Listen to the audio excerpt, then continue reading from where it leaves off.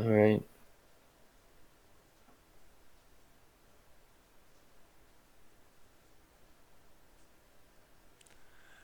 All right, here we go. Receiving your content, your audience will see you. The internet can totally see you now. To stop, use your encoder.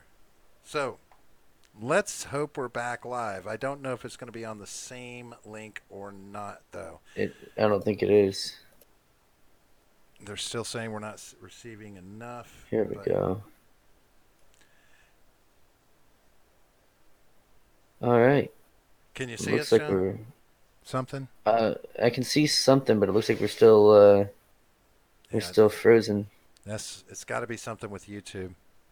All right, so we're back. Let's hope that folks are getting on. It's choppy for us, but I've got good output on my end. There should be no issues. So let's see if we can if we've got folks back in the chat or not. I think that is definitely something we need to determine. Thank you, technology, for screwing up the show. That's right. All right. There we go. All right. All right. So anyway, we're back in the action. Hopefully. So Uh, if nothing else, they've got audio. The the video yeah, may be it's a doing the little same thing again. well. They were hearing audio. They said right, but the video was choppy. So we'll go with audio. Uh, what did you old heads do to the stream? Nothing. The stream did it Yeah, to YouTube us. is This is right. YouTube trying to make sure that they have the delay. That's must be what it is. YouTube is putting in a 30-second delay on everything we say so they can bleep us. So Yeah. YouTube, I don't want to hear your beep. Fuck. So anyway, what were we talking about? That little uh, that Iran. Yeah, the Middle East, Mexico. Okay, and so about how like almost no one believes that it was actually Iran that attacked those tankers. well, who? Like I've been seeing all over the place that it looks very, very fishy the way it was done. It really does reek of a false flag, and I'm not at all a conspiracy theorist person. Never have been, but that really seems like it is. And when you say a false flag, the indication being that it's possible we set this up. Maybe not like us directly, but through other parties. Yeah, Gulf of Tonkin Part Two, exactly. Yeah. So, so the idea being that someone wants to start a war. I mean, Yes. Yeah. Exactly. Yeah. I mean, we're already in the position to start that war. We have, an aircraft carrier over there with its supporting, fleet or supporting battle group. So, I mean, we're ready to. um, what's up, Boingo Bear? We got Michael Vega in the chat. Boingo Bear, good to You. see you all tonight. I don't know, John, but again, we're talking about a country that we don't necessarily want to get into an armed conflict with, only from the standpoint that they are nuclear capable and fucking crazy enough to launch one just for the hell of it. Wyatt, would you agree? I mean, John, kind of. Well, I'll let Wyatt go ahead. He I hasn't really said mean, anything on it so far. it is a fishy situation for sure, as you were kind of hinting on earlier. I mean, I've tried to read up on it as much as I could, and there all seems rather vague as far as the information. Hmm. But saying that it is Iran, like going forward from that, I don't know if I really see a purpose behind Iran doing it besides them just being a little more on the radical, crazy side of things more than the anything else. Because I don't really know if Iran has a motive necessarily. I know they've been a little hostile and always are hostile, but I don't really see a motive of doing it. Yeah, exactly. Yeah. I mean, it's not in their interest to do it. Right, You know what I because mean? Like to piss us off, it's just gonna have us take over your country like we did with your two neighbors. right, and I wasn't don't. It doesn't make any sense. wasn't China the one country that was ignoring sanctions and helping Iran out? So Hmm. why would Iran attack Chinese tankers Right. unless Hmm. I mean, on the flip side, could they have been trying to throw up you know, a false flag themselves and trying to make it look like someone else did it. You know what I'm saying? I mean, are they that smart? Would they? I mean, Possibly. how is this game played? Yeah, yeah, it's very, very complicated, I guess. Geopolitics has always been, um, yeah, you have to look at really, who benefits from it, right? Hmm. Like, what's the motive of Iran doing it? What's their motivation in Well, doing it? What's what would be our motivation? would be our Mm, motivation of doing it? Because we want to stop Iran from having nuclear weapons because they've threatened Israel plenty of times with So, them. and the way to do that is to go to war with them. It is to stop them from having the capabilities of doing that. Yeah, But I imagine it would. that's what the sanctions are supposed to be for, right? That's not going to stop them from launching a missile. And that's what All that does is put pressure on them to, comply. Really. Oh, I don't know, man. I don't know. I don't know. They are a wild card when it comes to this, much like North Korea.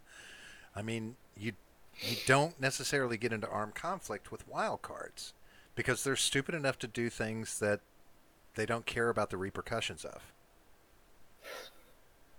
I don't know about not caring about what the repercussions of. It's a cost benefit analysis. I think that's what it's more like. Wow. And so when you do that, though, I mean, who really has anything to benefit? It's basically us. Maybe Saudi Arabia, but through them we benefit. Okay, So I mean, that's what it seems like is going on. so the reports that an Iranian team, a boat, was seen taking a mine off of one of the ships. We don't know if that's true reporting or not. Yeah, there's not a lot that we actually know is true or not. yeah, because didn't they get that footage from drones, but they weren't even sure if those were like drones. Like they're suspicious on where the photos are from. I'm not sure if I'm thinking of the same thing, what you're talking about, but I was reading something on that earlier. Yeah, there was like really grainy footage, like really low quality footage of it, and that's which is suspicious in end of itself, because the military has pretty high quality footage when they want it, and so it just really seems like it was put out there on purpose like that to really push a narrative.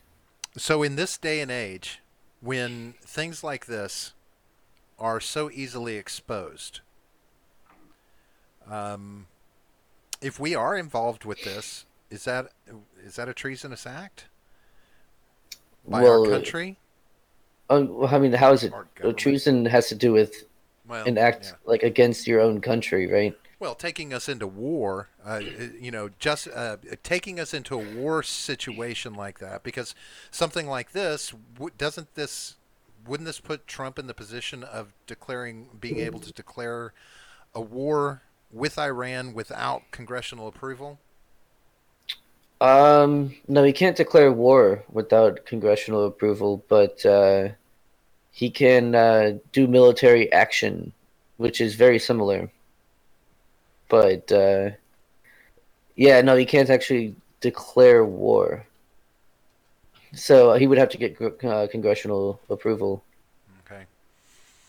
Um, so we need to get the fuck out. We need to leave it alone, right? Right. We We need need to to let Saudi snip that. Arabia police the Middle East instead of ourselves, and then be friends with Saudi Arabia if we want to have a good foothold in that region. Is it possible it had anything to do with the trade war and Iran? Implicating Iran as With just a benefit me with Mm, China. or China? Yeah. I was thinking it could be a thing like a tariff type of situation potentially, because that's been ongoing with Trump and China. Because Even if though Yeah. recently it's kind of been settled, but that's still a little gray. So I mean, it could be a possibility, but I Hmm. don't know. I struggle to find the real motive behind it. Yeah, it is really tough. well, I will say this: One thing that I do know about presidents in power, especially when you're ramping up for an election, a wartime state is the perfect way to get reelection for your second term. Yeah. It is almost a shoe-in for a sitting president. Um, Mhm. History has shown this, Mhm. um, and and I have wondered if we would not, if Trump would not push a narrative that takes us into some sort of position like that before the 2020 election. Especially the more, if he reaches a level of fear that he may not be reelected. Well, see, that's the thing. Do you think he's fearing that he won't be reelected? Because Trump is a cocky person. He's very egotistical. So do you think he's actually fearing the other side, or because I don't know if I believe that necessarily.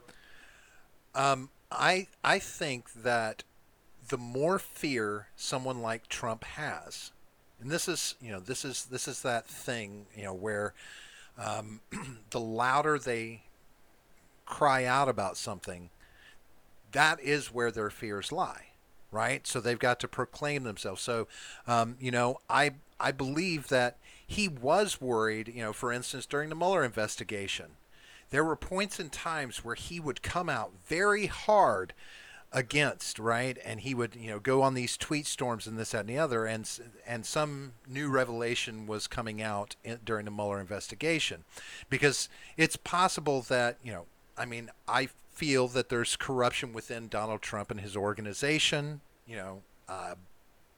It's possible that that is what you see as a response to fear, is more bluff, more blowhardery. Not that that's a word, but we'll use it in those situations. You got to puff up. If you're concerned about something, you puff up and you distract. But Yeah, I mean, I see what you're saying. I do see what you're saying, and it could be a motive behind it. I could see that as being a possibility. I mean, let's take a look at the 2020 election right now. You know, Immigration, while it is his big agenda since he got elected, the bulk of minorities, immigrants, typically vote Democratic. He is positioning more and more immigrants in this country to go to the polls and vote against him. I mean, whatever anybody says about the numbers that are out there right now, I mean, he's not, polls that are polls are polls, but he's polling below Joe Biden as far as the 2020 election is concerned. So, and he says those numbers are skewed. He says his approval ratings are skewed. The media is falsifying them, et cetera, et cetera.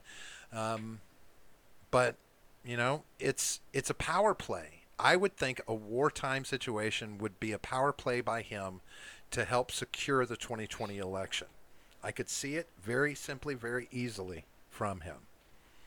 I mean, why not? He's got the power to do it.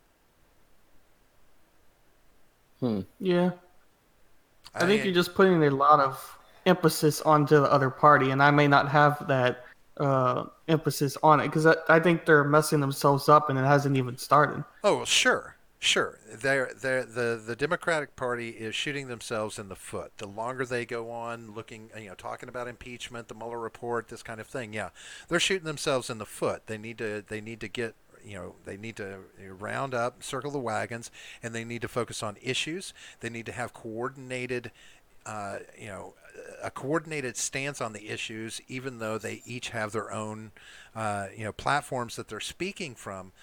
But it needs to be about the issues, not about Trump. If they go at this trying to make Orange Man bad, they're not going to win. But Yeah.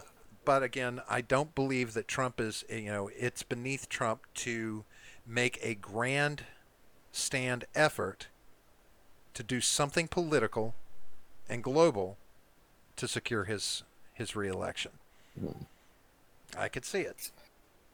I I wouldn't mean, put I could definitely anything. see him doing the everything in his power to be reelected, but I'm not sure about starting an entire war.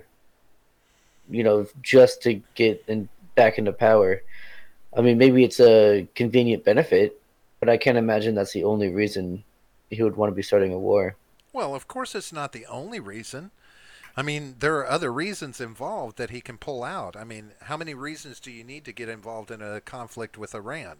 Right? They give us reasons all the time. We make up Yeah, reasons but all they're the all time. shitty reasons, to be Right. fair. Well, there's I mean, oil in that region. You know, they're a player in the oil game, yeah. in a sense. So why not? And they've got nuclear. And, we've lumped them with North Korea from that standpoint. They're part of the axis of evil, as Oh our God. old friend Bush used to say, right? So, it's not like we need.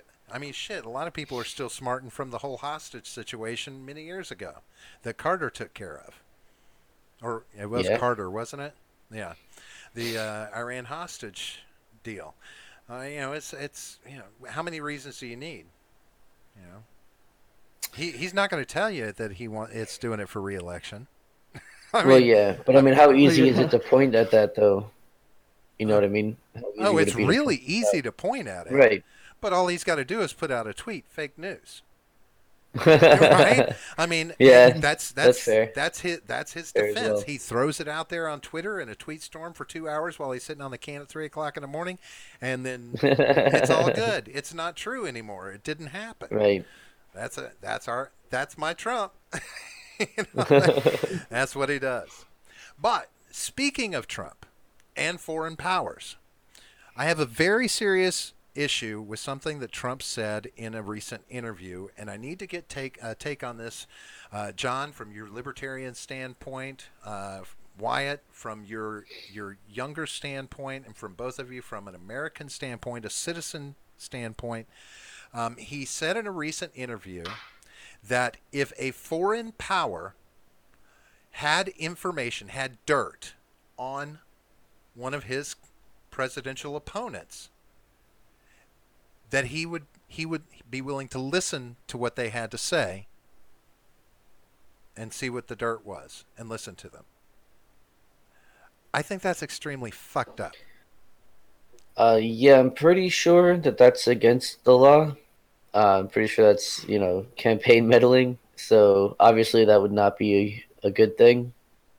But to be fair, I mean, Trump always says ridiculous shit and then kind of walks it back to be more reasonable. I mean, that's kind of how he's operated the entire time, even from his last campaign through his presidency so far. I mean, and into the future, I'm sure. I mean, that's nothing out of the ordinary for him.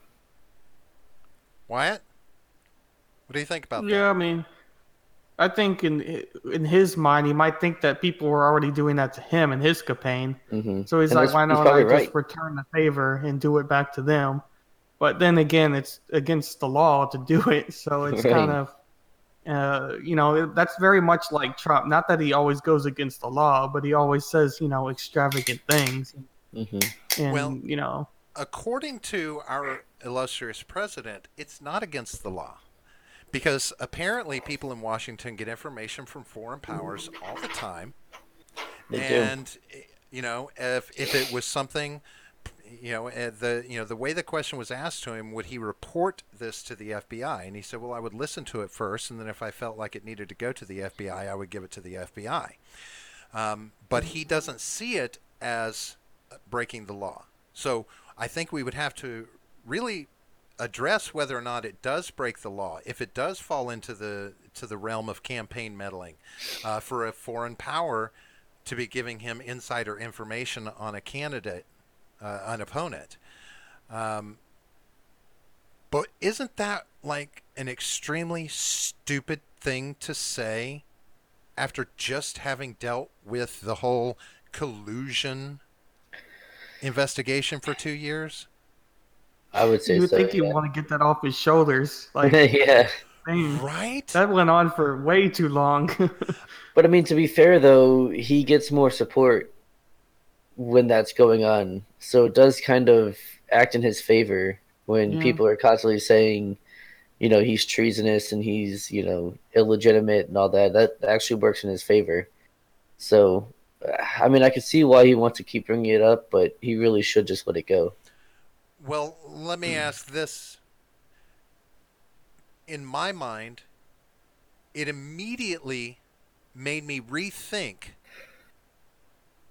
his position, his standing in the investigation. What did he have to do with Russia in that situation? I mean, that's immediately where my mind goes. Okay, if you're saying that this would be okay, that you would listen. Well, now you're kind of making me think. Well, maybe you did listen when Russia was pulling their shit. I mean, is that too far fetched to think like that? Well, yeah, the investigation would have found all that. But Henry there in the chat has a good idea to make the stream better.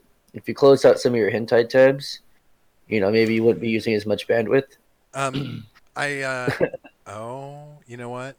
You You are do have right. shit running in the background, don't No, you? you know what it is that's running in the What? background that may be impeding it? Steam. What? I had Steam. Oh my god. I wasn't playing anything. I just had Steam open and I No, didn't yeah. realize it because I talk to my daughter on Steam sometimes. Hmm. So I had it open for chatting with her. That's adorable. We'll see if that fixes it. I don't know. I usually have all that shut down, but I forgot that they had an update. You had to relaunch. They relaunched and updated. Blah blah Yeah. blah. Goddamn computers. But anyway, so I don't know. I mean, it makes me See if think that back to fixes it. that. It makes me question. Where he was at. What he was actually doing during that time with Russia. Because obviously he thinks it okay. And then on top of it, he comes out and he tweets and mocks it while he's over in the UK. And he's like, "Oh, I talked to so and so, Prince Charles, and I talked to this, the Prince of blah blah blah. I talked to all these three. Should I go and run to the FBI and tell them everything that I talked to them about? And blah blah blah." And I'm like, "Oh That is my funny. god." Well, I mean, come on, that's funny. That's very Trump. Very Yeah, Trump. Right? that's extremely Trump. That's really funny. So the ultimate question in your minds, gentlemen, does using or taking information from a foreign power during an election because it's dirt on your opponent, does that fall anywhere near the idea of treasonous activity to either one of you? Treasonous, it's possible. It just, I guess it depends on what exactly is going on. I mean, it's certainly not ethical and it's certainly not legal. I'm just not sure exactly which crime it would fall under. Wyatt, what do you think? Yeah, I mean, it's something where if you say that it's okay to do when it's not treasonous, then how are you going to control what levels are safe and what levels are unsafe? Because once you open it, it's kind of going to go out of control for everybody to do it. Hmm. So really, it's kind of the philosophy of I don't know which law would fall under in particular, and like what would qualify dirt as being, actual dirt and what's more just kind of gossip, so to speak. Because gossip isn't against the law, but actual, evidence could be. So it's that gray area which I would rather not have a president explore. You know. Mm. I mean, I understand the idea that we have no idea what they talk about in their phone calls, right? I mean, he calls foreign powers. He talks with foreign powers all the time over the phone, right? This, that, and Yeah, the other. I'm sure they're recorded. To be fair, But it falls under classified, so yeah, it's it would it absolutely be kind of classified. like private conversations between him and Kim Jong Un, between him and Putin. Only Yeah. the interpreter knows. They wanted to subpoena the interpreter that was in there with him and Putin during their Oh 2 hour plus God. talk. Right? They wanted to subpoena Right. that. Is it where do we fall? Is that classified?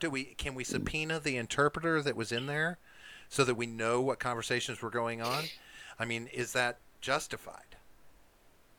No, I don't think that's justified, really. Yeah. I mean, Yeah. I mean, that's to subpoena him. No, I don't think so. I mean, if he wanted to talk and was allowed to, I don't know. I don't know how all the uh, secret clearance and shit works exactly, and but FYI, this was talked about during the investigation where they were investigation. actually Yeah. Yeah. looking into Russia. So Right. it's there was relevance there. Okay, Yeah. Yeah. it's important to us to know what was talked about with Putin. But Hmm. do two foreign powers talking? Does that immediately fall under fully classified information that even people anybody outside of the president doesn't have a right to know? Uh, I mean, people with top secret and I think there's a ultra secret clearance are allowed to know. Right. Like I But don't think it should just be the president, but I don't think it should be a handful of people. It should only be like 3 or 4 people. yeah, I mean, to unclassified things just for some kind of meddling investigation. I don't know exactly how that would work. I'm sure they have something in line that we're missing, but apparently Henry's saying that it worked. You closing your hentai tabs worked. Oh, it was Make sure you Steam. have this closed next time. Steam must have been doing updates in the background with Is games. that some kind of hentai site? Yeah, act like you don't know what Steam is. I don't know what you're talking Well, about. my I don't play apologies. My Steam. apologies to everyone. I'll Oh, have myself beaten soundly. all right, cool. Not that you're Just supposed try to not to enjoy reward it too bad. much. Not that you're supposed to reward Right. bad behavior, but what the hell? Yeah. Oh, uh, never mind. It looked like it did it for a second. Will you close your hentai tabs? I don't have anything else open, Jesus. John. The only thing else I have open are my legs. Oh, well, that's probably not going to affect the stream too much. Right, right. This is, and so, one thing that I've had this dark thought in the back of my mind. The reason why I don't believe anything, crazy was talked about between Trump and Putin is because the interpreter is still alive. Hmm. You know what I'm saying? But I would be curious to find out if that interpreter had a sizable amount of money hit his bank account anytime shortly after that. Yeah, I don't know. I mean, I'm just saying. Yeah, I mean, Not that that's all Donald Trump would be speculation. corrupt and do something like that. That's all speculation, though. I mean, unless there's something that suggests that, then Right. I mean, you Right. can't really say that. Yeah. Right. Yeah, that's like the Ancient Aliens TV show type of conspiracy theory, Right. Yeah. where it loosely relates two things and then says it's true. Right. Well, yeah, I they don't know was if any using. of y'all have seen that show, I but used it's to love that show. yeah. They always use like weasel words, like some ancient astronaut theorists believe, and then they would go Mhm. into like a bunch of nonsense. It was But great. I loved that wait, show. but there were no ancient astronauts. Yeah, Were yeah, of there? course there were. Oh, okay. Astronauts are not just from Earth, Robert. All right? Yeah, they are. No, they're And they're not. I American. mean, yeah. Anything else is a cosmonaut. Well, no, that's specifically Russian, isn't it? Is an astronaut specifically American? No, it's just a star. Not. I'm not sure what this not means, but A star not. What well, the yeah, fuck is Astro this? is star. Astro is star. I didn't make that up. That's what it is. You're a Astro star, means star. John Glenn. You're a star not. Right. Wow. I'm not sure what the not means, but yeah, Astro means star, man. I don't So know. I wish I had some of my old Micronaut comic books, and I could look it oh, up. that'd be cool, yeah. Do you remember the Micronauts? Does anybody? No, That was an awesome no, comic book series some way boomer back in the day. shit. No, it's comic books. Are you familiar with comic books, John? I'm familiar with them vaguely. I know reading's always been a challenge, but there were pictures. Oh yeah, always. Oh yeah, there were pictures. It's true. All right, Might be so into that then. I really want to I want to visit this again as we go through the election. I Yeah. think we need to keep our eyes open because now I would assume that everybody's going to be on watch for this now, and Hmm. hopefully it's that kind of thing that he says that kind of thing that will prevent that kind of thing from happening now. You know what I'm saying? He by saying it, he has diminished his ability to do it. Yeah, exactly. Yeah. Yeah.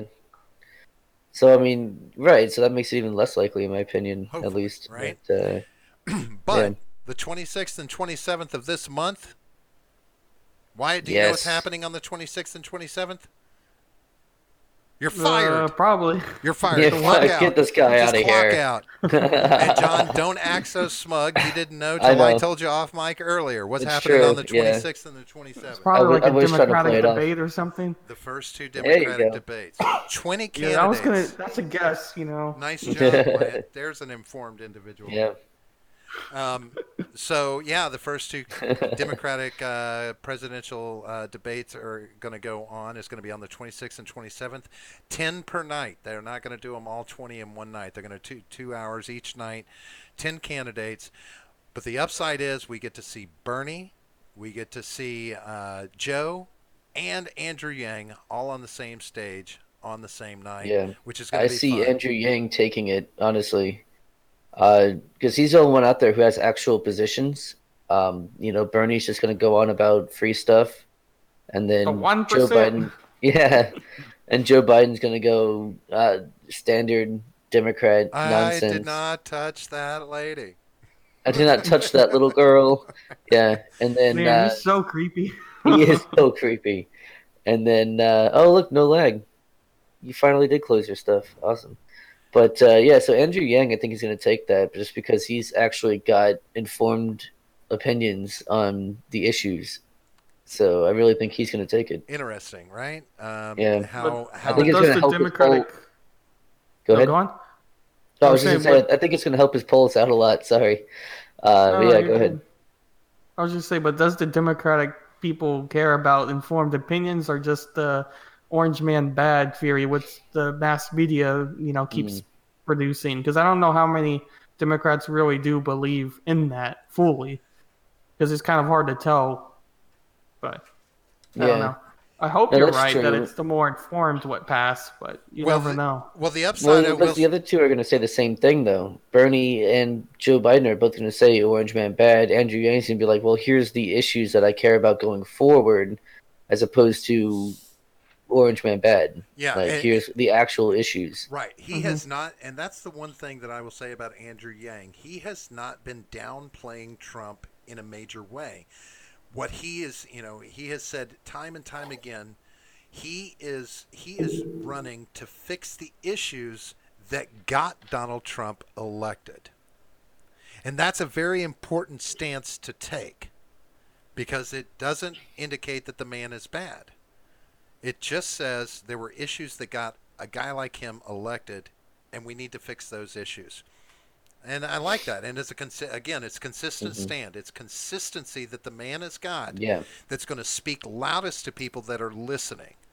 And I really believe that after everything that's gone on after with the 2016 election and the current trials and tribulations of the Mueller report and fake news, people will listen because it won't be the media speaking for these people. These people are going to have Hmm. to be using their own words and they're going to have to be talking their own policies.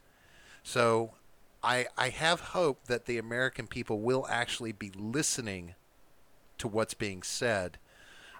And hopefully the opposition won't just shut out what they're saying because they're not, Hmm. because they want to toe a party line. Hmm. Yeah. Yeah. 100%. So hope Because is that's going to be something to watch for sure. Because to really see what's the actual truth behind it, because mass media is a little it has issues. right, but we can't. Yeah. Oh yeah. But do either one of you want it regulated by our government? No, No. not at all. Thank No. you. See, and there it Yeah. is. We can have all the bullshit media that we want out there. I'm all, let them run because they have freedom of speech, they have freedom of press. Who's it on? It's on us, right? It's on us to look at it. It's on us to look at the various sources. It's on us to look at the information and disseminate the truth Mm. from the fiction and make an informed decision. That's what it's on us to do as the American public. I mean, bullshit in the media has been around for a long fucking time. It's just more in our face now because it is being Right. made a prescient issue as we go forward. Well, right. Hmm. So now we, as the consumers of media, are in a position to be able to do something about it, Mm. whereas we weren't Right. able to before Right. because you Hmm. had your four channels and three of them were news at certain times. And that free market idea does seem to work to a certain extent. I mean, you say the word BuzzFeed to people, and you get People more of a laugh. mocking look, right? When I Yeah. see when I go through my news stream, BuzzFeed still pops up with articles, but how often am I clicking on that? I'm not Yeah. anymore. I really don't. I ignore BuzzFeed. I look for specific things. I want to see what CNN says. I want to see what Fox says. I want to see what Newsweek says. I want to see what Time says. I want to see what these long standers say. Yes, I know that there's bias there, but if they're Hmm. all reporting about the same thing, you will find the facts if you just look at the source. Well, yeah. What you want to Hmm. do is you want to read multiple sources, especially opposing sources, and then the things that are consistently reported are going to be the true facts. Exactly. Yeah. Yeah, So because So I like that's mean, it just Steven takes a little Crowder. extra work. Yeah. Steven Crowder. Because Steven Crowder always said that like to read the other side is more important than reading your side to know what Right, what they're saying. right, because you already know what you believe, right? Right. And To so if you challenge watch, yourself and right, yeah. exactly, if you keep watching only your own, your own side, I guess you could say, then you're only going to get the same information over. You're going to get confirmation bias. So yeah, you want to Mhm. absolutely challenge yourself. And I would recommend if like for people on the left, Kyle Kalinske is a great person to watch because he's very principled. He's on the left, but he's very principled. And he goes with stats. He presents stats and figures as Ew. opposed to just feelings and emotion. So he's What are actually stats? backs up his arguments. Yeah, I know. We don't But need no exactly, that's stinking the point, though. stats. We don't need no stinking stats. And hey, we got Jake from Freedom Scoop Jake from in Freedom the Scoop. chat. Where do I Do we know know that that guy? name? Yeah, Where do I know that name? I've heard that somewhere. Isn't that all American ice cream parlor Freedom Scoop? I think so. Yeah, That Freedom sounds Scoop. right. That sounds Yeah, right. red, white, and blue sprinkles. Pretty Hen- sure. but Henry says they care about free stuff. The Young Bucks is the reason he has so many followers. And yes, Yeah, Henry, it is true.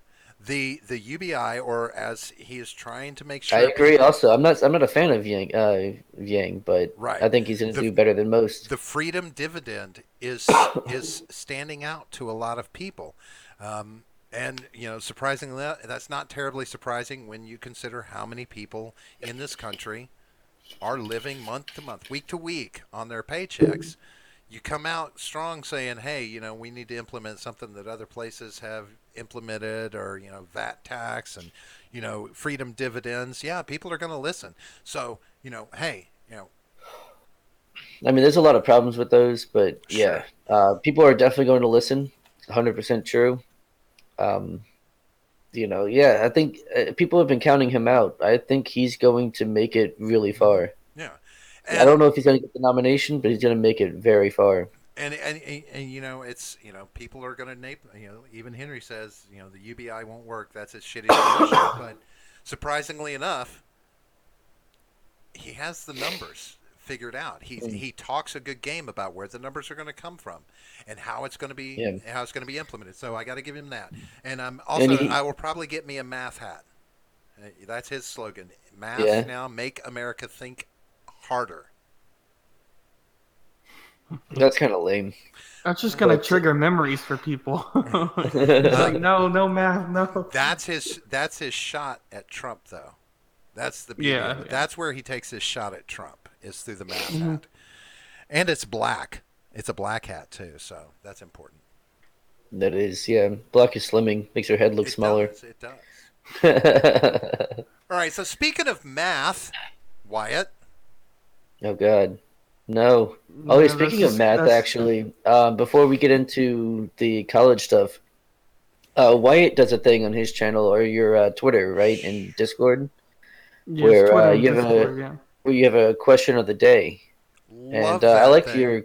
I liked your question of the day today. So if you want to give it to us real quick, and we'll answer it on live on the air, and have some people in the chat discuss it too. Yeah, I can read it off here. All right. So my question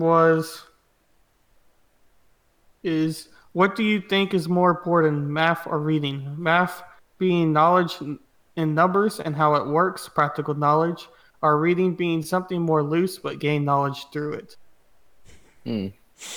Now I've already answered that in the Discord. I I answered him on Twitter, but yeah, Mm. I answered as well. So what was your answer, John? My answer was reading, gaining knowledge. Just because for one thing, I even mentioned I'm biased. I don't like math. I'm not a math person whatsoever. And I much prefer thinking about abstract ideas rather than concrete, you know, mechanical things. So like fixing a car, I'm useless, even though it obviously looks very easy. It's connect this to that, A, B, C, D, go down the line. But I'd much rather have the more abstract concepts I enjoy. Hmm. So yeah, I definitely think reading, in my opinion at least, is more important. And I have to agree with that.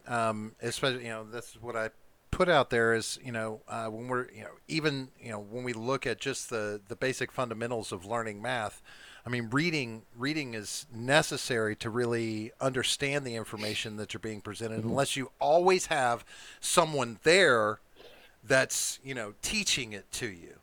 Math And not is a only lot. that, but teaching it well. Right.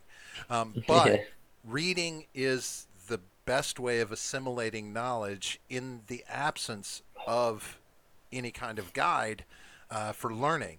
I mean, I would say that I'm book smart from reading. I used Hmm. to love sitting around reading my textbooks from school. Yeah. Didn't have much else to do, but I would sit and read my history book. I'd read my science book like it was just like a fiction novel, because you gain so much information. Our communication ability is inherently, I think, directly proportional to our reading capability. Like how you communicate Hmm. with people, how you talk, it's tied in with reading because you've been reading and learning how dialogue goes, how to speak properly. It's a communication tool. And not to say that math isn't important, but I mean, I don't go much past multiplication in my daily life because I don't follow anything Yeah. that requires math.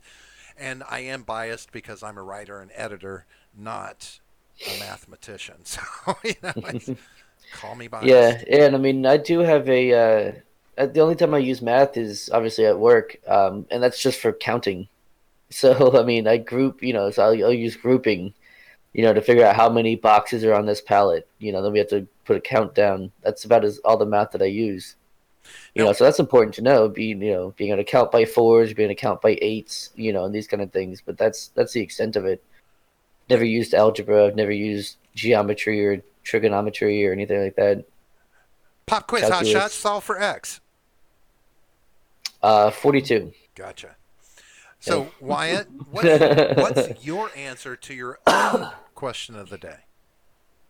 I would tend to agree that reading is also what I would say is more important. And it's a lot of what you've already said as far as, you learn more from reading than you learn from math. Not saying that math is bad, because some people who are really good at math, you could argue, have more knowledge than people who are really good at reading, such as physicists and people that are really good accountants, that type of thing. I would argue that they're smarter than probably the average Mhm. reader, but I think the average reader is smarter than the person who's good at math, because I just think it gives you more knowledge through the text, and it lets you think Mhm. about things rather than know things. If that make because thinking about Yeah. it produces more knowledge than actually just knowing what it is. Right. It's the difference between critical thinking and parroting knowledge that you've already been given. Because I mean, with Right. math, you just plug in the formula and you get the answer. At least that's what it's supposed to work. I failed math all the time, but that's how it was supposed to work. I was told. Now, would you both agree though that there's two different types of reading? There's reading to be reading, and then there's reading to gain knowledge. Hmm. Yeah. Definitely. That some There's people go definitely through their reading life just reading. like fiction. Well, Like especially if you're reading like a novella or something like that. So romance novels. You're probably not gaining a lot of knowledge, right? You're right. just kind of reading for pleasure. To Well, be entertained. It's I like mean, watching TV instead. you'll gain sentence structure and Sure. that type of thing, Yeah. but you're not gaining critical thinking skills well, let me from a let me let me Twilight let me Star. qualify that a little bit. So when I say that, I'm talking about someone asking a person a question, that person goes to the internet on their phone real quick and reads something off as an answer, but they don't assimilate the knowledge.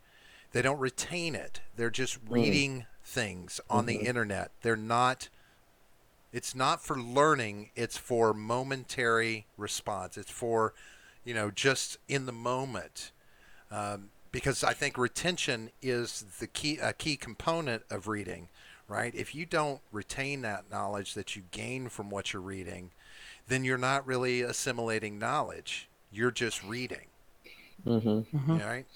Um, that's the biggest problem I have with a lot of the younger generations right now is that a lot of it is just reading something that they pull up on their phone.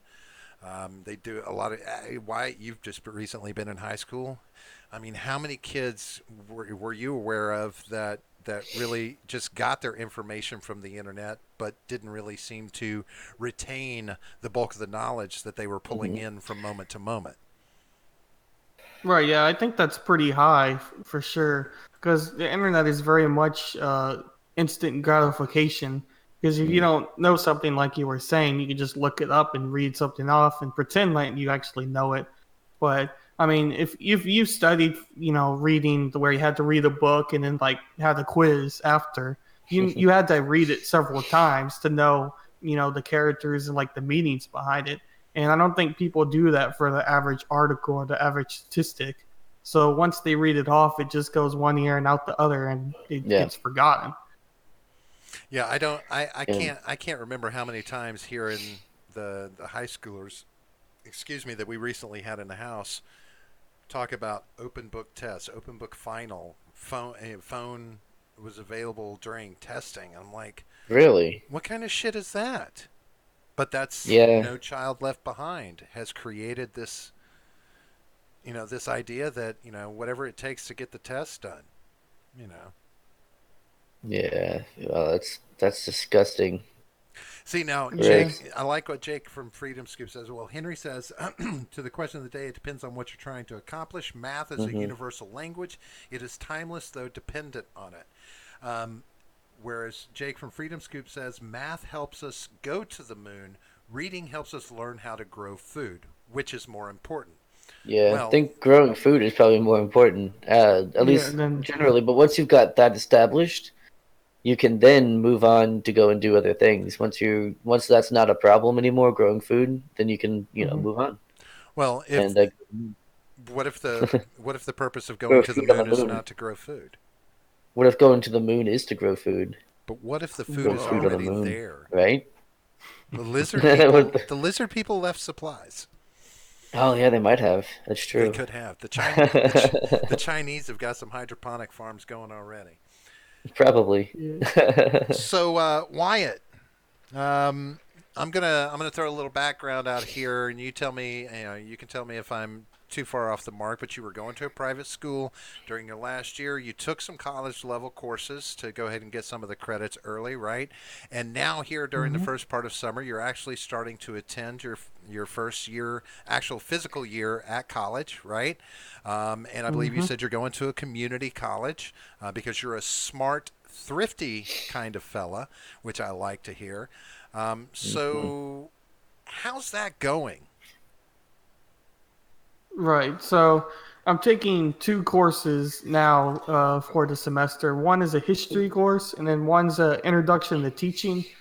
And the reason I'm taking the introduction to teaching class is because I want to be a teacher. So Mm. there's that background on that, and it's the first class you have to take Yeah. in order to get it. And the class is very much structured, telling you what you would have to do as a teacher and like requirements of teaching or school requirements of schools. And it's a class to almost scare you. So if you really don't want to be a teacher and you're kind of thinking about it, you're probably going to get scared off and then leave and not be a teacher. So it's kind of that type of class. And then my history class is the first history you have to take. In Texas, you have to take three histories, I believe. Depending on the school, I think it could be more. But the community college teaches two, and I'm taking the first one of the two, and it's essentially the American Revolution all the way to like the Civil War. and then the Yeah. next one's from the Civil War up. And I forget what day or what date it ends for the second one, but it's from the Civil War and up. So, Now, All right, well, hang on. I'll be right back. All right. no problem. hmm So, why, Stepping out. when you talk about history, now this is one of those things where, one of the subjects in the K through 12 schools that I have an issue with is that I don't think history is being taught broadly enough, and plus the idea that some of the narrative of our history is being diluted and tweaked a little to be more palatable. Um, how much history did you deal with while you were still in high school? How much requirement was there? right. So I went to a private school, as you mentioned, and it's with the International Baccalaureate program. So I guess I'll start with ninth grade because that's when it really kind of started with my schooling in high school. So we did a lot of world history and with focus on like the Roman empires and Egypt and the Incas and that type of civilizations. A lot of like big civilizations. And then we went to we only really did want like a term, so a couple months on actual American history, and the rest was all world history, as I've kind of already said, with a lot of like revolutions and then one for like half a year we did the world wars. So we did World War One and World War Two, and then for like the last term we did uh, I believe it was Russian history, just to kind of end it because they let us pick. So, and we picked that.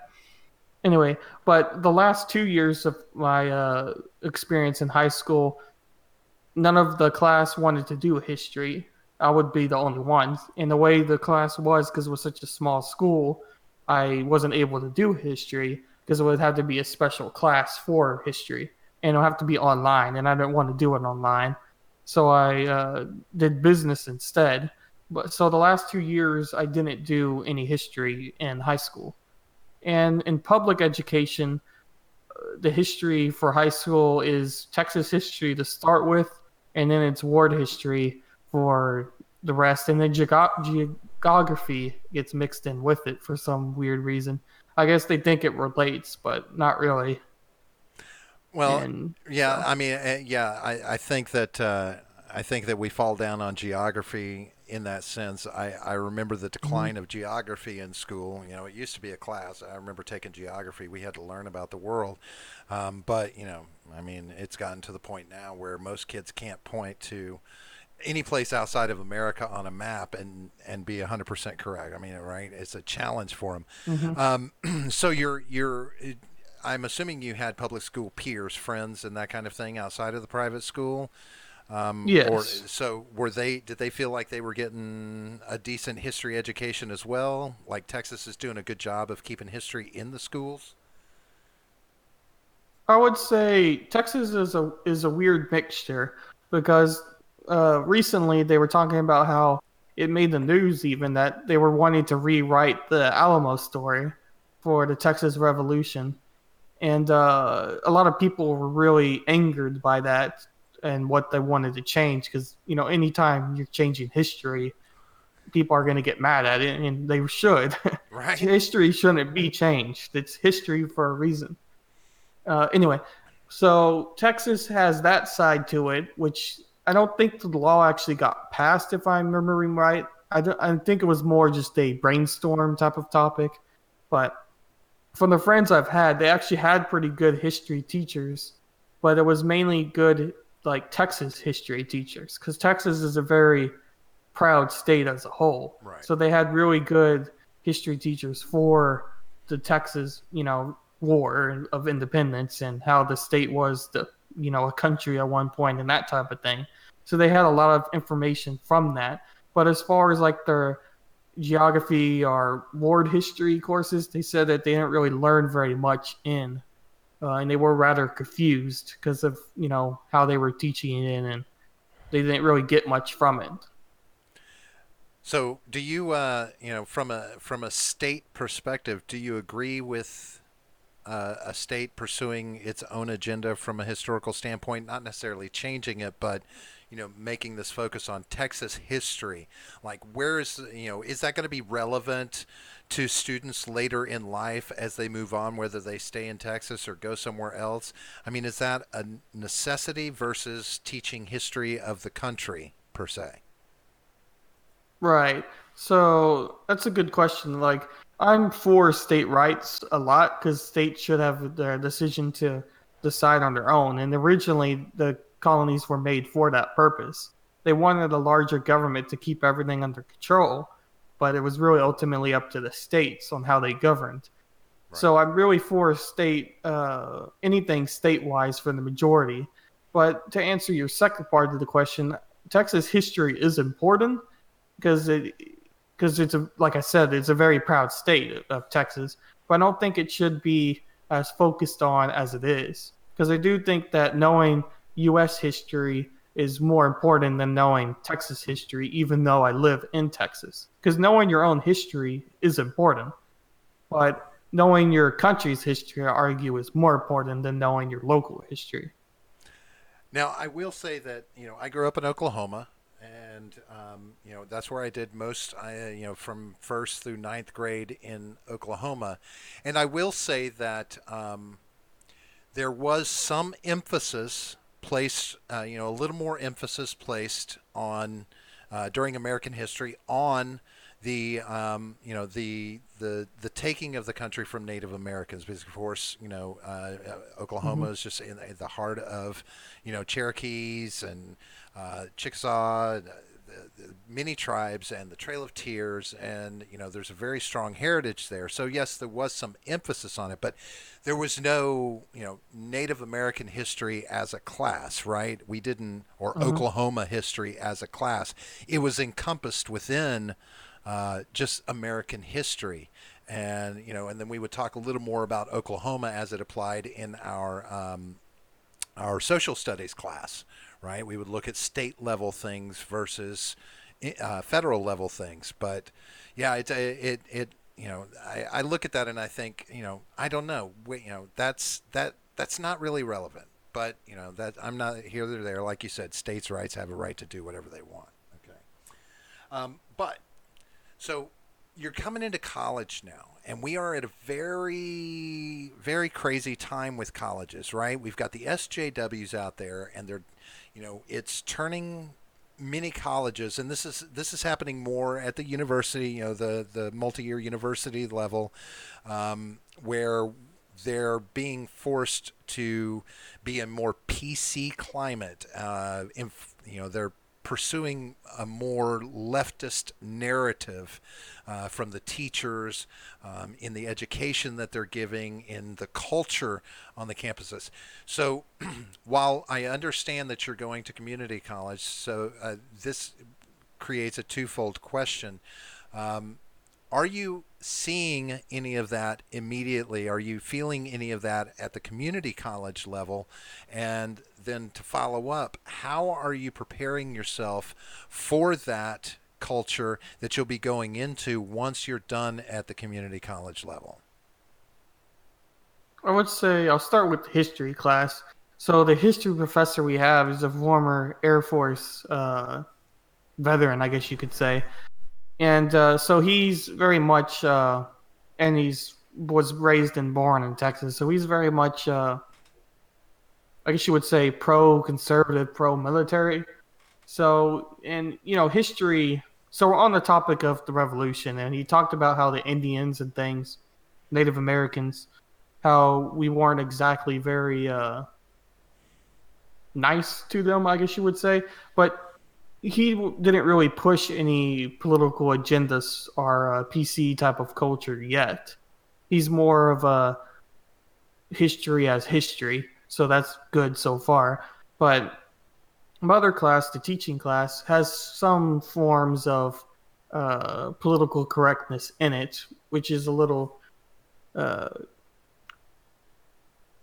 little sneaky, I guess you could say, because the first part of the class they talk about how like demographics play a role in education and how like African Americans and Native Americans and uh, Hispanics are not learning as good as whites and Asians, and how this needs to be changed.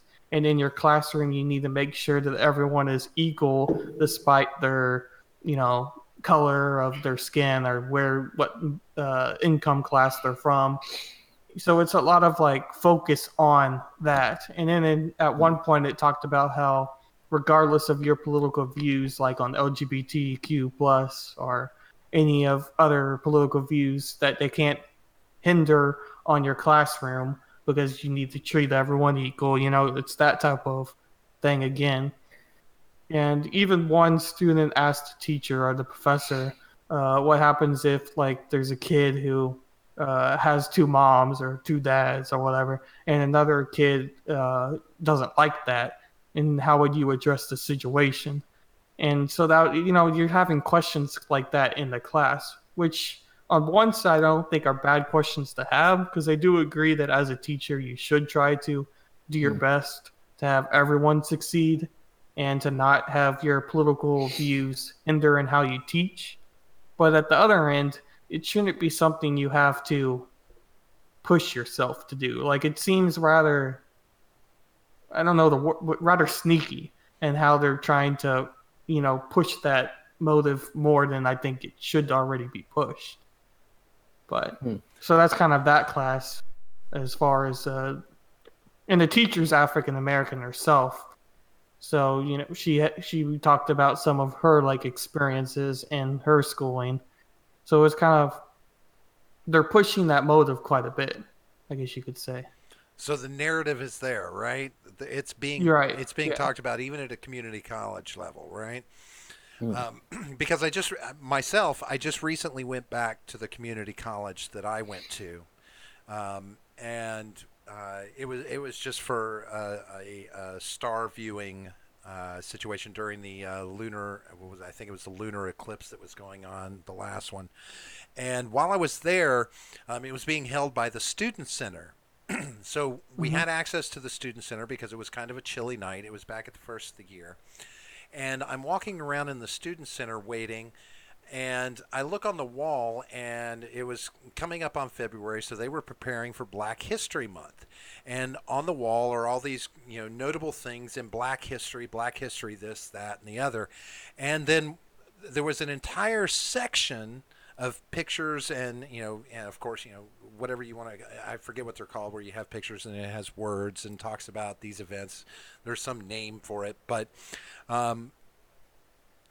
there's a whole section that's talking about homosexual African Americans for Black History Month, and talking about this whole community of, now we're bringing LGBT, the LGBT agenda into Black History Month, and I'm like, they've dedicated this entire part of the student center to promote this and to appease that audience. And I thought to myself, this isn't necessary at school. Mm-hmm. And that, am I wrong? Well, see, going on that point just a little bit, the community college itself, as far as like physical evidence, it has posters. At least one of the campuses has these posters of the clubs the school has. And one of the flags, what's always there, is the LGBT Alliance. And then under it, it's like Gay and Straights Unite or something. It's some words like that. And that flag is always there. But other, clubs, flags, switch around. But that one's always been there. And then as far as other evidence, like you suggesting, there's a lot of like statistics, at least at the community college, where are pushing the agenda of like, blacks or gay people or LGBT communities getting targeted in this way. So there's a lot of like statistical things around, and not as much as the obvious like poster type of situation. But when I toured St. Edward's, which is a Catholic school or Catholic public or private school, but you know how that goes. It's very loosely Catholic, and it's in Austin. And if you know anything about Austin, it's Hmm. basically the most liberal part of Texas. Yeah. And that had a lot more of like actual like physical alliance. Like when I walked into one of their buildings just to look around, that it was like their one of their cafeteria areas. There was students who were had like a trifold set up on their desk, and it was about gays and the LGBT community. And then later you would go walk into the dorms because they showed you some of the dorms just so you can know what it is. And there's rainbow flags and other things. So it was a lot more out in the open compared to the community college, but it's still there. Hmm. So does it at all give you the sense that it's a culture, less a culture of inclusivity, or yeah, inclusivity versus a culture of intersectionalizing people, like compartmentalizing? Like, do you feel this impetus to join a group, or that you're going to be pigeonholed into a category? Mm, I don't know if I feel the pressure, but I do think it's definitely getting pushed out there, even at the community college level of that you should join the community to try to understand what they're going through. It's a lot of like what the language they use for it goes. It's like you don't have to believe in it, but at least go to their group or talk to them and understand why they are who they are. But it's not going the other direction either, because at one point there was like I'm trying to remember what they call it, but it was the Christian club what met at that community college the same moment we had those flags, Mm. and their flag was probably up for like the least amount of time. And I don't know if that was any purpose behind it, but it seemed rather suspicious that it was the one what went up and went down the fastest that I've seen. Hmm. So I don't know if they're really trying to be equal in who they're trying to represent, because I think they're trying to be even, and they're trying so hard at one type of community rather than all that it's becoming weighted towards that side. So I don't think they're really Mm. being fair, even though they're trying to be fair.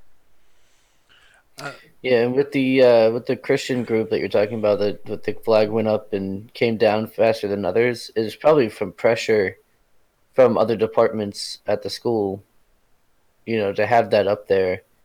And they're like, all right, fine, we'll put it up. And then they took it down before anyone else because, they were just doing it for the pressure. I don't know, obviously, but that seems like that might be the case. well, what about this? This. How has the community college been with this this idea of the rape culture of college? Right. When we're talking about men and women, this The is one out a of five stat, do I? you know, the 1 out of 5, Yeah.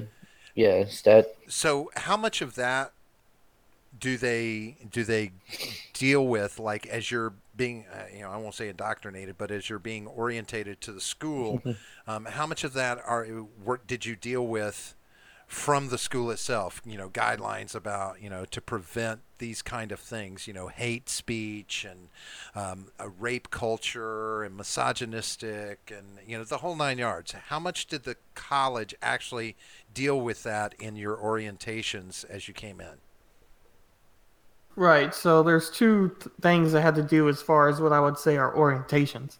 One is the actual orientation itself, and that was where you had to go to one of the campuses and they took you on a small tour, and then you had to sit in the presentation, and then you registered for classes, and that's how that went. So I'll talk on that point first. They had a PowerPoint slide, and they mentioned briefly it was more rule based guidelines. So it's like if you see evidence of this, and it being this being, stalking behavior of someone always following this person, if you see, someone physically touching someone and that someone not reacting in a pleasant manner or whatever language they used, or if you see someone, you know, groping the person and they're not reacting in a positive manner. I think that's what the word was, positive manner. Then you report it to this number, and it was like 1-800, whatever the campus was, and so it was a lot of like that type of procedures. And I don't think they ever used words like rape culture or any of like the political hot topic words, but they circled around it a little bit. They didn't directly say it, but it was there if you kind of looked a little bit or paid attention enough. And then the second one was these online modules you had to take. And the first module was on drugs and alcohol, and basically don't do it. The Mm. second one was on sexual abuse. So the first was like a module on sexual abuse itself, and then like the other two were sexual abuse at the campus. And one was like how to deal with it and how to notice it, and what do you do if it happens, that type of thing. And then like the third module was more of like what was the third one? I think it was more like time management. So it was something really unrelated as far as, time management as a college I student. mean, like the one useful thing so Right. far that you've mentioned. Right, which Yeah, Right. used, that we is used actually to be useful. part of Yeah. the original orientation. The one orientation that you went through, that was just a part of that. Um, wow. So yeah, see, that seems thoroughly foreign to me, and it's been 20 plus years since I went to community college. I get it, but I mean, that's at a community college level, right? Um, do you do you do you expect it's going to be worse when you move on to a 4 year college? Or I you? think it's going to be more obvious at a 4-year college than at the community college. Because even though the community college does have it there, I don't think they're really trying to have it as a main motive. I think they're just trying to do what Texas has them do. Because the college is very much rather centrist, I guess you would say. I think they're trying their best to not have a political view as a whole. But as far as like foreign universities, I do think that there is a lot more obvious because I told you about St. Edward's and I've toured other campuses, and you just see it more. It's just, I mean, even just a visit, you could kind of see their openness. And then in one of the colleges at St. Edward's, I was able to sit in the class because I was part of their uh, tour I registered for and whatever. And the teacher was very much left leaning, you could say. And it was at the time where Trump made some comment towards mass media being like fake, and so one of her comments was like, "Oh, I was a journalist, or I am a journalist, and this is just outright false." And she was just in middle of the class for like 3 minutes talking about how it was false on what Trump said, and it didn't have anything really to do with her class. So I think there's just a lot more of professors feeling that they're emboldened to do it. Like they don't fear getting fired for saying anything that community college professors may keep silent about, because their job isn't exactly as secure as someone from a 4-year institute as far as college goes.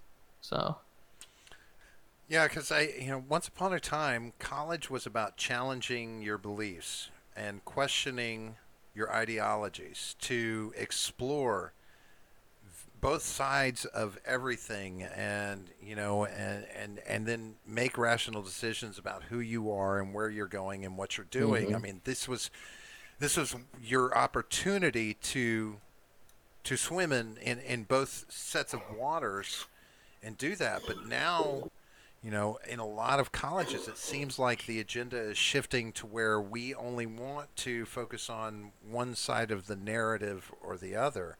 Typically, the left side, it seems, so that we appease our SJWs, our snowflakes out there. Um, how does that sit with you overall as you look I'm assuming you're going to go for a 6-year degree for teaching. You're going to plan on getting your master's, or you're going to go full on and try and get a doctorate? No, I was thinking of getting masters first because a couple of my professors I've talked to got their masters first and taught in high school for a little bit, and then they got their Mm, PhD a little bit later, and then they started teaching at community colleges, and that's why they're at community college. Okay. that Because makes a lot of sense. them are teaching at both high school and a community college. Hmm. But Um, so yeah, I plan on doing that. do you have an expectation, especially since you're going to be going in, you're looking at going into the teaching profession, um, eh, meaning you'll be dealing with teachers the whole time you're in college. Um, are you worried about what this is going to do to your outlook on teaching? How it's going to mesh with your own ideologies in the long run after you go through this for, you're a smart kid, so you may only be in college for 5 years to get that master's, but 6 possibly. Are you worried about the impact it's going to have on that? Right. I mean, it's a little worrisome because college has very much, as of lately, been a place for you to not question how you believe, but become something else, I guess you could say. Um, I don't know if I really fear that for myself entirely because I do keep myself informed. So I don't think it's really going to be too much of a challenge for myself. But I do think a lot of the teachers what are willing to accept what schools are doing or what Texas has declared you to teach and how to teach and things are teachers who are in high school and lower, and they're willing to be there because they're willing to go with the system.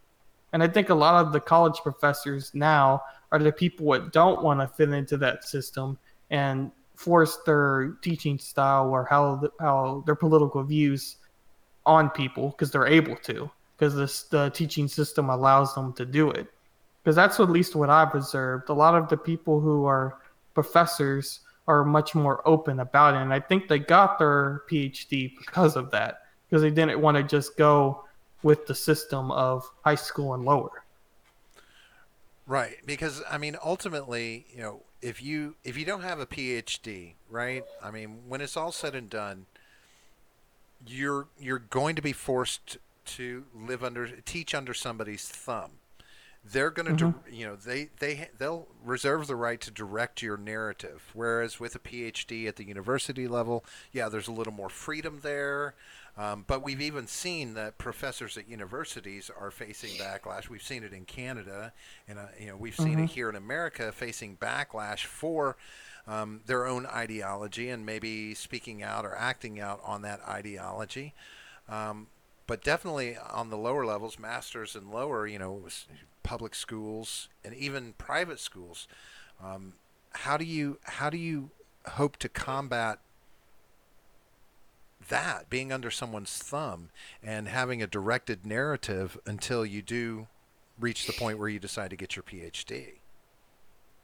Right. So how the system works in Texas, at least, is that you have a teaching group, I guess you could call it, of like 3 or 4 teachers. And in that group, you build your lesson plan, and your group teaches that lesson plan. So you're all teaching the same thing. And obviously, the authorities higher than you make that lesson plan what you have to teach. So even though you have control over how to teach, you still don't really have control. You might be able to plan like activities uh, with groups or with one-on-one type of things, but you don't really have control over your lesson plan itself because that's set up by the principal and Texas itself on what programs you have to teach and what's required because Texas is very much focused on the STAR test because under the Obama's new law, the STAR test is how we're measuring Hmm. the success of students. Because on the Yep. No Child Left Behind Act with Bush, I believe, Yeah. he a lot of it was all standardized testing, and then Obama later passed a law what led it up to the states on what they decided. And long story short, Texas decided on standardized testing, and it's called a STAR test in Texas. So essentially, the teachers are pressured so much to teach this curriculum because ultimately their job depends on the students who take the STAR test.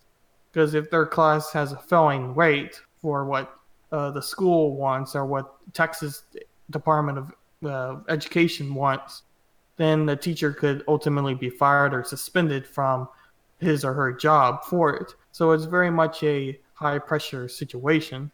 And really, as a public school teacher, you don't have any control over that itself.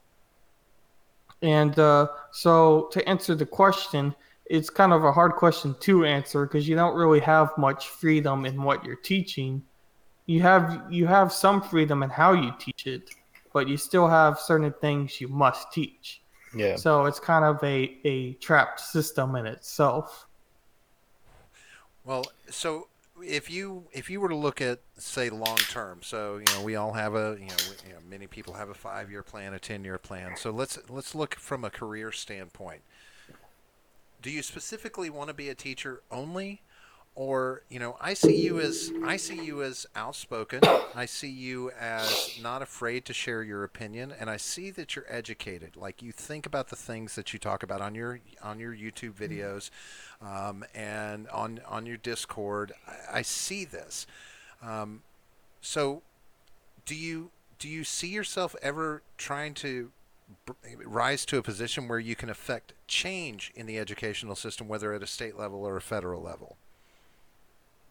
Yeah, I mean, I've thought about it because I'm very much politically minded person, and so I've thought of once being a teacher and probably like long term plan once because I guess I'll say I want to be a teacher, then get the PhD, then become a professor.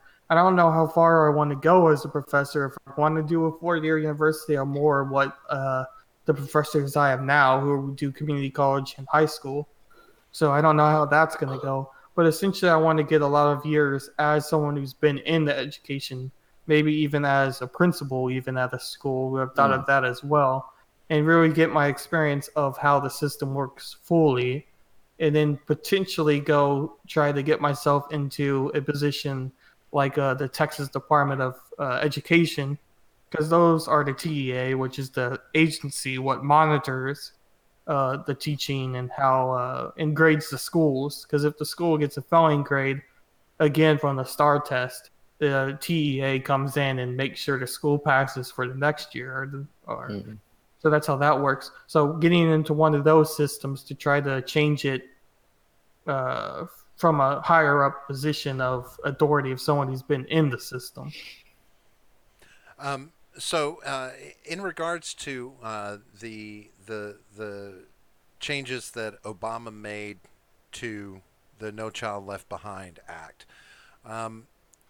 because I'm not 100% familiar with what it laid out, but it gave states the ability to decide how they wanted to approach standardized testing.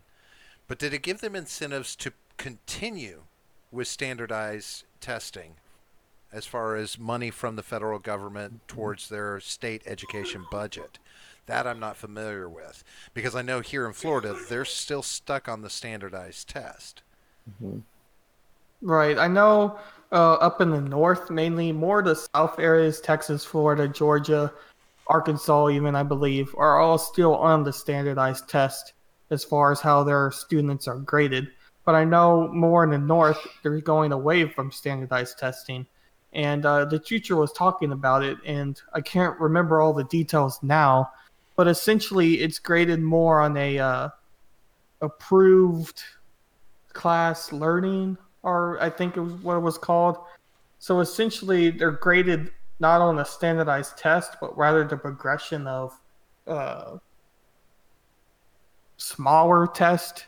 So it's still test based, but it's not a one test what determines your success. It's more of your test at the beginning, your test in the middle, and your test a couple more times than the end. And if you have a progression, then your school passes and you go on to next year. That's my understanding of how that's gone. But I do know, according to what the teacher said, and I don't have too much information of research behind it, but she was saying that it did have some incentive to change from standardized tests. But at right now, this moment, there's not really any better system for a lot of states to go from, because nobody's really been able to brainstorm a different idea on how to measure so many people, so many students in the system, especially for a state as large as Texas. Right. And she had some ideas. I can't remember really what they were right now, but essentially they were more based on progression of the year more than just one test determining it at all. Gotcha. Because one of them she had didn't even determine with a test, but it seemed rather of a hippie-ish type of approach. But I don't think any public school would really be able to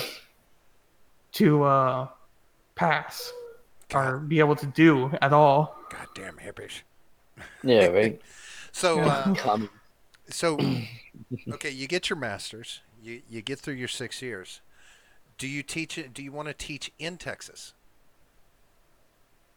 That's the plan, at least so far, yeah. So, does that now that indicates to me that you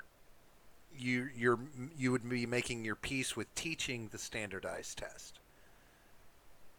At least for the short term, yes. Okay, I am, and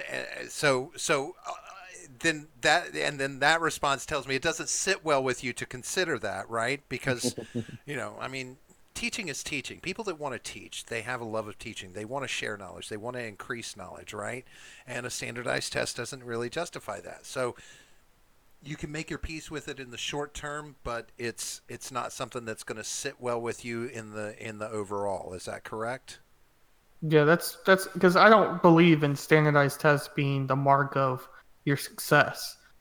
I don't like. There's not really a system to replace it. That's really the problem, and I'm not really sure what it could be. But a standardized test isn't really what I'm going into teaching for, Right, right. by any means. Of course. And I don't think really any teacher is doing that. It's more of a burden. What at least for now for public schools you have to swallow and just take it. The But necessary evil. essentially, the necessary evil, yeah.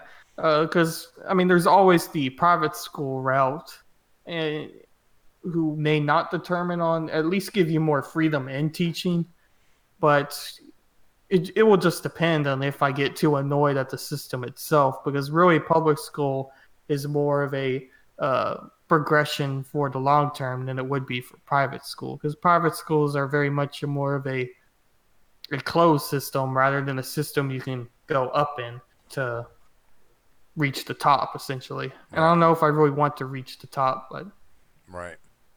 Well, let me run something by you, and John knows that I'm a proponent of this. We've talked about it before, and I know he's, I don't know, he wasn't around for this, and I know you're definitely too young to have much experience with it. But once upon a time, back in the golden oldie days, there were trade schools, and Mm. when kids were reaching seventh grade, eighth grade, you know, you could make determinations of a student, and you could give them the option of no longer pursuing high school, and they didn't drop out. They just went into a trade school, so they would spend their high school education learning a trade, whether it was plumbing, electrician, air conditioning, HVAC, that kind of thing, right? Welding, jobs where someone who was not, Mhm. I mean, let's be honest, we all know some people are not cut out for book learning in school.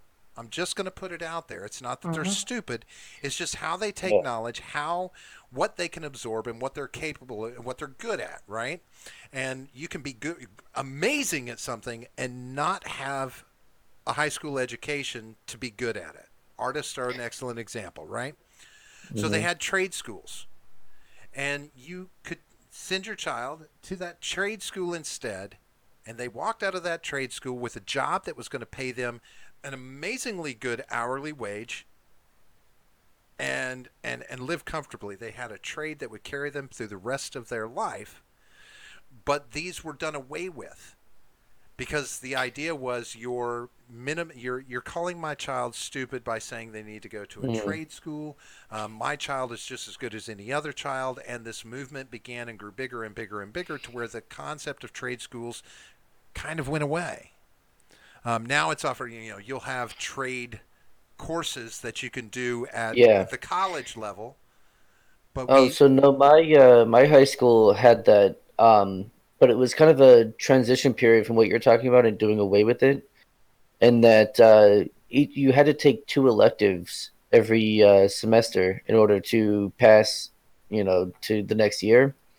And so what they would do is you would go through your normal, English, social studies, math, and science, and then instead of doing two other electives, you would do like automotive, mechanics, carpentry, and there were a couple others I can't remember now, but instead of taking the electives, you could do like a trade school thing. So it was two full class periods instead of just one or after school or college or whatever. So you Hmm. actually were able to do it two full periods. but it was by choice, right? Yeah, yeah, you had Right, to choose to do right. it. But I mean, I'm sure I was never approached for that, but I'm sure that, some counselor would come up to you and say, "Hey, let's get you doing this. Are you interested in this?" Or, whatever. I don't know. I didn't go through that, but I know that was offered. So Wyatt is a future educator, a future teacher, who it seems understands the inherent differences in learning capabilities and paths of study that people will walk down and where they'll do better or worse. Do you agree with the idea of trade schools and bringing that back as a replacement for the standardized test? It's an interesting idea because I think the philosophy in high school now, at least for public high school, is it's still under the two electives, at least in Texas. And electives have gotten a lot larger than I think it probably was when you were going to school. Because electives now can be like theater or production theater, and I think it's production theater and theater. So like Hmm. I think they call it something else than just theater, but essentially the first Drama. one is actors, and then the stage one is more like sound, Hmm. lights, that type technical theater, I guess you could say.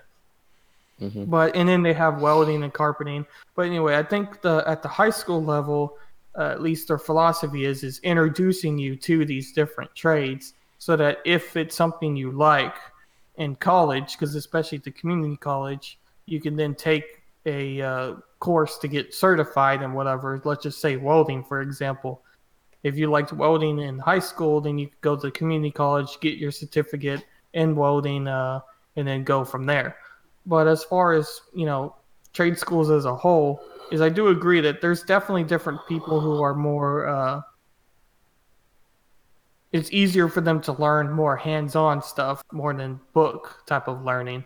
Because one of my friends who is a mechanic now, he works at a shop, and he was very much that way. He's very hands-on, and he Hmm. struggled in actual academic school. But as Hmm. far as a mechanical truck or car, that type of stuff goes, he knew everything he would want to know times 100. So you have people who just they think better that way.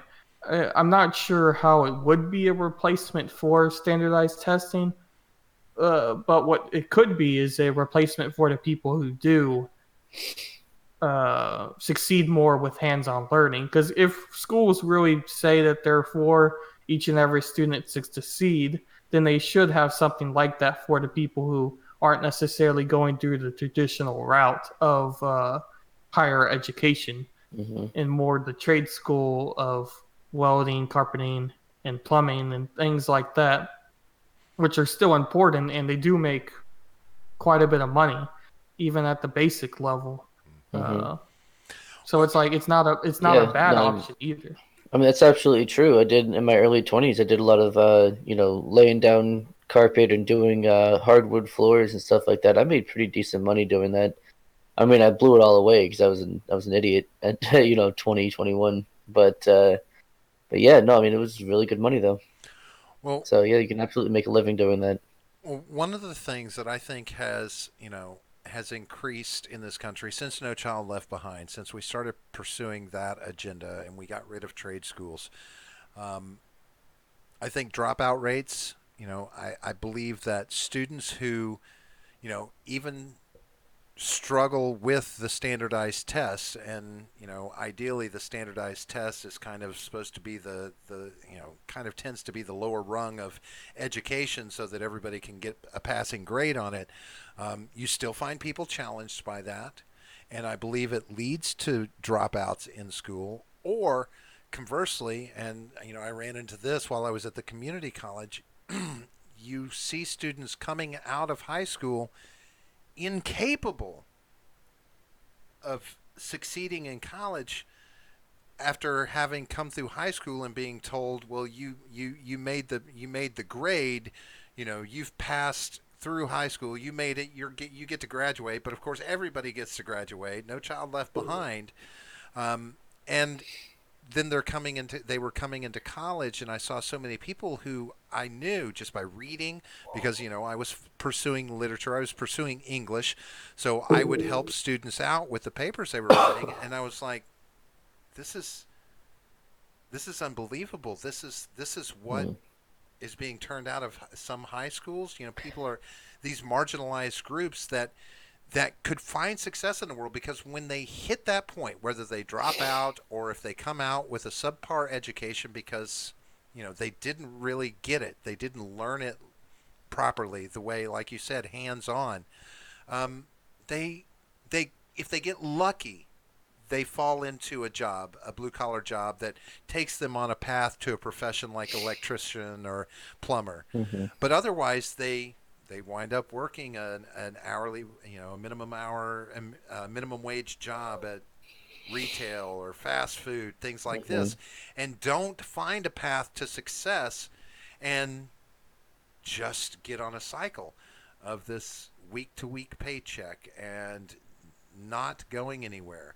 I think that's where our education system is currently failing our students, and by saying, okay, let's look at these students right before they go into high school, and how is this student best served? Let's get rid of No Child Left Behind so that we actually see where a student falls in on an educational level, how they're absorbing their education, and then we can talk to them and have a real conversation and say, okay, is this the best path for you? Do you think this is the best path? Or is it possible that one of these options, because I can promise you, if you lay those options out to someone who is technically minded, that is hands-on, that wants to work with their hands, and you say, hey, you could go to school for the next 3 years learning how to fix cars only. You would focus on mechanics. Well, hell yeah, I'd rather do that than trying to figure out what the fuck pie is. Pie is what I order in the restaurant after dinner. I don't give a fuck about pie. Why do you want to shove this down my throat? Let me go learn how to fix cars. Let me learn how to fix air conditioners. And I can go make $25, $30, $50 an hour. And not only that, but the math that you need to learn for mechanics, you would be learning hands-on, right? You'd be being shown the practical use of that math instead of just having someone write it on the chalkboard or on the whiteboard, and saying, okay, here's how you solve it. They can show you, here's how you solve this problem, Right. hands-on. Here's what happens when you don't solve it right. Right. That kind of thing too, yeah. I mean, to a person that is technically minded like that, a math class means dick. But Right. math is amazingly simple for them when they have to apply it to the engine they're rebuilding. Mm-hmm. No, you're not wrong at all with that assumption. Because a lot of people, since I was going to international school, theorized that American education, as far as higher education, so college level, the first 2 years were essentially what the high school years should have been, Yeah. because it's reteaching of actual classes and not teaching for the test. And I Right. do agree with that a lot, because the teachers in high school, as I've said, are focused on passing the standardized test at all costs, Mm-hmm. because their job ultimately depends on it. And if you're focused so much on one thing, you're going to miss the real purpose of what the class is. And you're really not helping the students in that way. And that's why the first years of college are actual teaching of classes and not necessarily teaching of critically thinking, or at least it should Yeah. be critically thinking. It's more high school. Point two. Right. Right. Well, do you? So one final question about this. From your standpoint, like you said, you are very politically minded.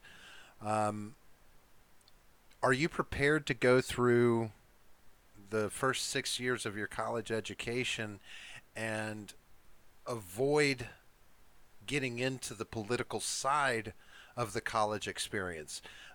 Because I can imagine that that would be hard to balance with a heavy workload, a college workload. Are you preparing yourself to do that, or do you think you can find a balance to where you can actually keep having your voice heard, whether it be on your YouTube channel or actually vocally there at your school? Yeah, I do plan to join some of like clubs on the campus because I know that there's the classic conservative club what most of the campuses have. I'm trying to think of its name now. It's like Yak, I think, but it like America's conservative something or another. I plan on joining that and maybe just talking to like-minded people as far as that goes. But I also plan to keep my like YouTube and Discord going throughout college. It may be spotty at times, but at least keep it going because it's something I do enjoy doing, and it keeps me thinking uh, in the way I want to be thinking, or a way that challenges how I think. Mhm. But as far as like the actual college experience itself, it's more just staying, just keeping informed and knowing that you're probably going to see something. So just staying on your toes as far as that goes, and not just going into the background and just letting it be heard. Actually challenging what you hear in your classes or with your friends and things like that. Well, one request I will make is that over the next, I guess it'll be the next year and a half, as we go through this unholy election cycle that we're going to go through. Um, Keep us updated on the climate. I know it's only a Mm. community college level, but apparently it's filtered down to that level. I mean, the culture, the mindset at colleges, and that SJW culture is starting to filter into that as well. So please keep us updated through your YouTube channel, on Discord, about anything that that you think is prescient whenever we're talking about the issues that are going to pop up, because it's inevitable through a campaign, especially with a very contentious candidate on one side and untold amount of contentious candidates on the other side. Um, this is gonna cause polarization in a lot of places, and I know that colleges are probably going to be one of those places where this polarization is going to hit very hard. I would love to make sure that we're hearing updates on that and see how things are going with you and how it's impacting you. Yeah, Yeah, for there's sure. one other thing what was the college recently had to go through. Uh, it made news semi recently, at least local news. I don't think it ever went more than that. But essentially, one college professor got in trouble for a survey he had students do. And essentially, the survey was really anti Trump. And a student Mm. took a picture of it and sent it to the dean of the school. And the dean then looked at the survey and decided that it was, what it was, and he fired the teacher. And then Mm. that same student sent it to the news networks, and the news networks picked it up. So it became a whole Very big, nice. Yeah. uh, big deal. And then the dean had to release, a formal statement about that that's not accepted at the campus and blah blah blah. Mm. The legal stuff as far as that goes. But I just Yeah. thought I would give that example as well, as far as how the community college is. Is Yeah, I it? mean, I think we're really starting to see people like fighting back against, this kind of political polarization, and especially in schools. I think that especially in the next 5 to 10 years, we're going to be seeing a lot more of that as Gen Z starts going into college and doing their thing. I think we're going to see a lot more of that. So we're start seeing the pendulum start swinging the other way for Hmm. sure. I'm curious why. What was the do you, what did the teacher teach? What was the class that the teacher was teaching? Do you remember?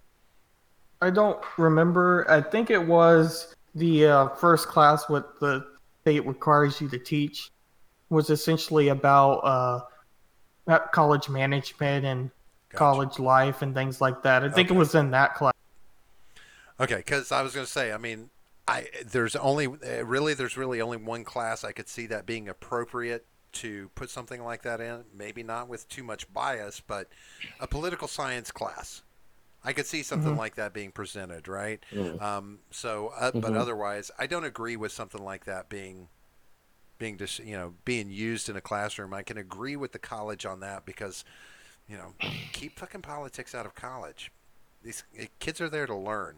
That's what people are there for. They need an education. They don't need to be educated on your political leanings, no matter where they fall, right? So, but that's just me. That's just old man Robert. Boomer Robert. Old Yeah. old man bad. Hey, Wyatt. And I will say this: the profession that you're choosing to go into, I have the utmost respect for. It is one of Hmm. the most respected positions and jobs, and it's so completely underrated Yeah. in this country and undervalued. But I have to give you big props for stepping into that. That was what I was going to pursue while I was in college myself, but I walked away from college because of career move. But I have to give you big props for that because that is it's the biggest thing. Without teachers, we would be nothing. No matter what anybody says, yourself. Without teachers, we are nothing. Um, Yeah.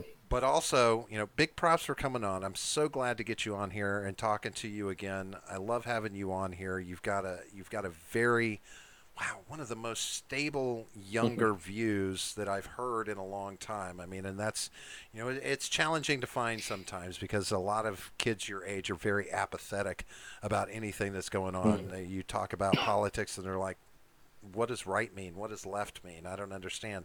But don't call me this and don't call me that, right? Yeah. Yeah, you know. yeah. So I appreciate you coming on and talking with us. If you don't mind, why don't you take a minute and plug everything Wyatt? Right. So recently, I've been doing more channel because I had a little more time in the past, and I made a video of mass media on it being more of a propaganda agenda than focused on actual facts. So I had that video, and then I had a gun control video where I kind of set up as like a practice live stream. So it's Mm. not a live stream, but it was a practice. I kind of already said that. But anyway, so it's over like an hour long. But so I don't know if anyone's really gonna watch that in its full length. But I just had kind of fun on doing like a Google search on what Google top results were for how to fix our gun problem and read some articles on that and what most of Mm. the sites had to say. And a real quick summary on that was essentially they had like two viewpoints. One was stricter gun laws, and then the second one was more focused on the mental health aspect uh, of gun control or gun laws. And so that was kind of the two things there. And then I also Mm. plan to make a video on Twitch as a platform. Uh, and I haven't really decided exactly how I'm going to do the video, but I plan to cover some of like Twitch's controversy and some of its good side to it. So I don't know how that's going to go yet, but that'll be a future video for the channel. And then you could find all of my like social media links on my YouTube or my Twitter, which is Roundtable Decision IB. Yeah, and make Gotcha. and make sure throw those links to John in Discord if so that we can get them in the description here, and you'll be able to look Yeah. for those down below. Real quick question for you, Wyatt. We'll go off on a short, quick couple of minute tangent. Is any of this that's been going on with YouTube got you nervous? How are you sitting with all of the YouTube attack on new media personalities out there? Yeah, it's a very interesting topic because it's ultimately a topic over censorship. Because like I'm assuming most of the audience knows about the situation of Steven Crowder Hmm. and Vox, because if Right. unless if you've been living under a cave or a rock, you probably know about it because they're Right. both pretty big figures. But essentially, it's debate on if government should get involved in YouTube censorship. Because the Hmm. weird thing about YouTube was, and a lot of people praised them for it at the start, was that they said that Steve Coller's videos were okay, and they'll make sure he doesn't do it again. But essentially, he was okay. And then they got pressured, and obviously they then switched and demonetized Crowder's videos. Hmm. And ultimately, Crowder's not really going to suffer from it because he's on the Blaze Media. So really, it bothers him as a person, and it bothers a lot of Hmm. other YouTubers. But he was more worried about smaller creators and YouTubers in general Hmm. because YouTube hasn't ever released a full statement and like full detailed rules on what you can and can't say. And they're very vague for a reason because they're vague for legal reasons because their lawyers and other people have the luxury of being able to loosely relate whatever you do to a certain rule and win that lawsuit if it ever were to be the lawsuit itself. So I don't think they're ever going to release a full statement of what you can't and can say, which is the problem because YouTubers don't know what they can or can't say. But then again, if you get the government involved and make YouTube do something, it's a tricky situation because I don't think that that's a good Hmm. idea either.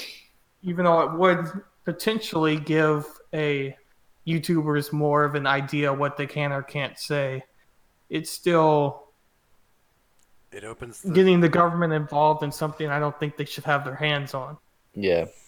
now in that frame of mind. I've asked this question, John. I've asked this to a lot of people. Does YouTube have the right to censor whatever they want on their damn platform? I mean, this is Yeah, it's a private company. Hmm. yeah. I mean, then now ultimately this is Google overall, right? Google owns Yeah. YouTube, but Yes. they are a private company, right? Hmm. There's the argument about whether or not they're a publisher or a platform. If they say they're a platform, then they're not liable for what's on there, and then they shouldn't censor. But Right. we don't have a right to tell a private company what they can and cannot censor. Am I correct? Yep, Yeah. that's correct. All right. Hmm. That's also part of the trickiness of it for sure. Because we don't want the slippery slope, right? We don't want the open door Yeah. on either side because our Well, where it government really always. becomes tricky though is where when a competitor comes up and then that competitor is shut down and is not allowed to become a competitor. That is really where it becomes a problem. When you have a Yeah, because then that's a monopoly on. monopoly. Yeah. Right. Exactly. So that's what we saw with like Subscribestar, which was an alternative to Patreon. Got they didn't get shut down, but their payment processor pulled out because Mm-hmm. of pressure from people who didn't like the fact that there was an alternative to Patreon. You know what I mean? And same thing with Gab. The same thing with Gab happened, where I think it was their domain host, uh, like took them down. That So sounds we're not right. gonna. Yeah, I think it I'm was pretty their sure domain that's host. what. I'm pretty sure that's what it was. I could be wrong, but I'm pretty sure. Um, and then so they had to find another workaround. But once they did, and they got up and going, those have been very successful now. So I Mm-hmm. think we're starting to see a little turnaround on that, where like the pressure from the public isn't being as effective as it was before. Well, when So you say hopefully like BitChute and DLive, which are now coming up and rising, I think they're gonna start being real competitors to YouTube. well, and I'll say this again. I'll always stand on this. It's competitor is great. A new opportunity, a new avenue for doing it, so that you can avoid the monster of censorship is one thing. But once people get big enough, once there's money involved from advertisers, pressure begins again, even on the new guys.